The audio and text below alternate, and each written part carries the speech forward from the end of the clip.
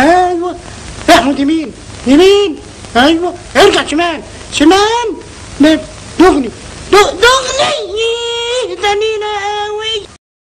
السلام عليكم ورحمة الله وبركاته. يا أهلا بيكم على مطبخ الكحيانين والجمال المفلسين. سيد أفندي المفلس دائما والمسكين. النهاردة هنحضر مع بعض سلق بتاع القلقاس. معانا حزمة كزبرة مغسولة اهي، ماشي، ومعانا حزمة سلق مغسولة بردك. هنقطعها قطع صغيرة، تمام، ونحطها في الخلاط ونعصرها تمام التمام، وبعد كده هنصفيها.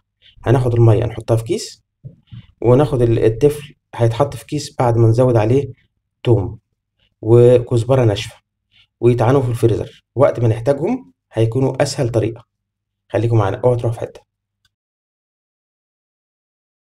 ايوه احمد يمين يمين، ايوه ارجع شمال شمال، دغني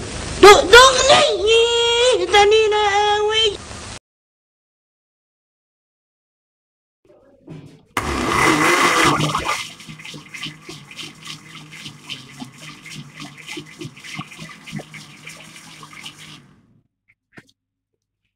زي ما انتم شايفين، بسم الله ما شاء الله.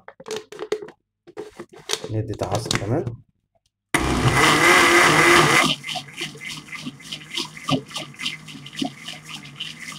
ورجعنا لكم بعد ما صفينا الخليط بتاعنا زي ما انتم شايفين في قلب المصفى اهو، وطلعنا المية بتاعتنا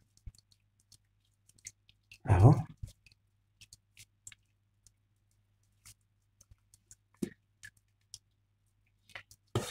وصفينا الخليط بتاعنا هنا اهو. تفضل معانا المية هنعبيها في قلب كيس، ومعانا الشيف ياسين اهو هيساعدنا اهو.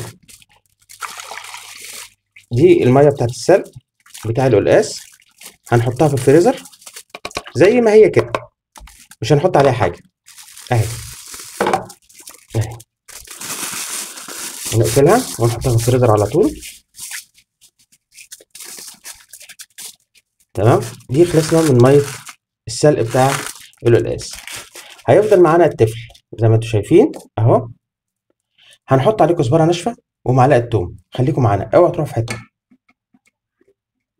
وهنحط معلقة التوم اهي وهنقلبها.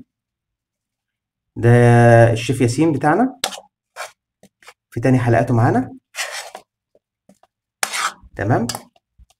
وهنحط معلقة كزبرة ناشفة، ودلوقتي هنحط معلقة كزبرة ناشفة اهو، وبعدين ونقلب. نقلب. تمام يا شيف ياسين. هنقلب كويس، وبعد كده هنحطها في كيس من الاكياس بتاعتنا. اتفضل يا شيف ياسين، حط. بإيدي ولا ايه؟ ايوه، لا بالمعلقة يا فندم.